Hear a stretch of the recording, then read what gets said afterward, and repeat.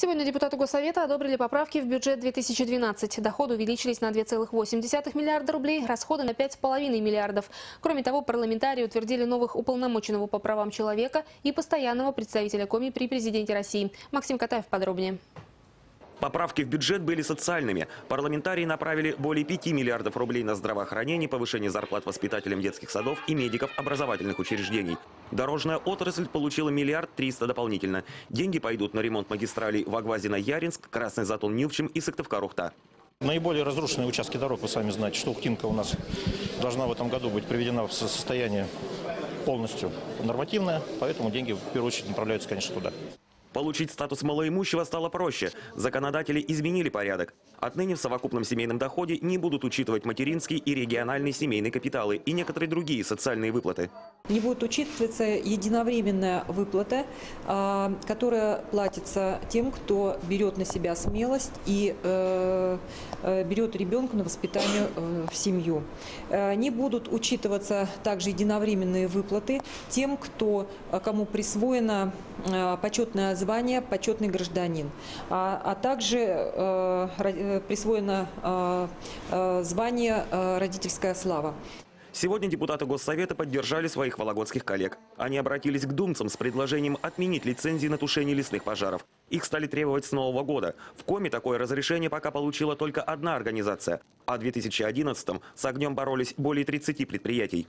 22 предприятия на сегодняшний день отказались подавать документы на лицензии. Это есть и организационные сложности, и материальные проблемы и так далее. Кстати говоря, по закону документы на получение лицензии рассматриваются в течение 45 дней. А сегодня мы уже по факту имеем, что находимся на пороге пожароопасного периода.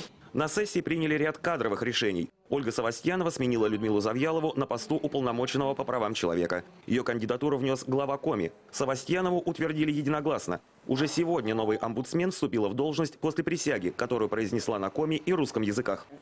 Клянусь защищать права и свободы гражданина и человека, добросовестно исполнять свои обязанности, руководствуясь Конституцией Российской Федерации, законодательством Российской Федерации, Конституцией Республики Коми, законодательством Республики Коми.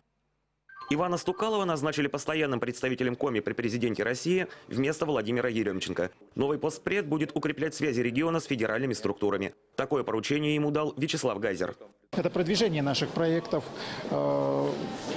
получение средств с федерального бюджета, привлечение, вернее, средств федерального бюджета на территорию, привлечение инвестиций. Вот по всем этим вопросам придется очень плотно работать со всеми министерствами, ведомствами Российской Федерации, включая и банки, инвестиционные, инвесторами. Муниципалитетов в республике сегодня стало меньше. Законодатели объединили Емву с Книшпогостом, к Сосногорску присоединили поселки Верхний Ижемский, Вис, Ирайоль, Керки, Малую Перу, Поляну и Усть-Ухту. С такой инициативой в Госсовет вышли районные власти.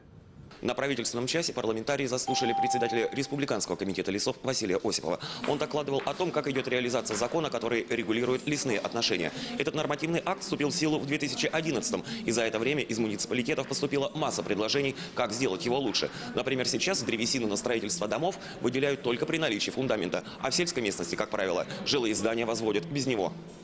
Возмущает сельчан и работа Монди. Гигант на вычеге вырубает богатые на грибы и ягоды сосновые боры рядом с поселками. Есть предложение, и мы его поддерживаем, то есть сделать такое название социальные, муниципальные леса, да, чтобы вокруг населенных пунктов, там, где люди испокон веков собирают ягоды, там, охотятся, чтобы эти леса не подлежали вырубке. Все эти предложения парламентарии передадут главе Коми. Максим Катаев, Павел Фетисов, телеканал Юрган.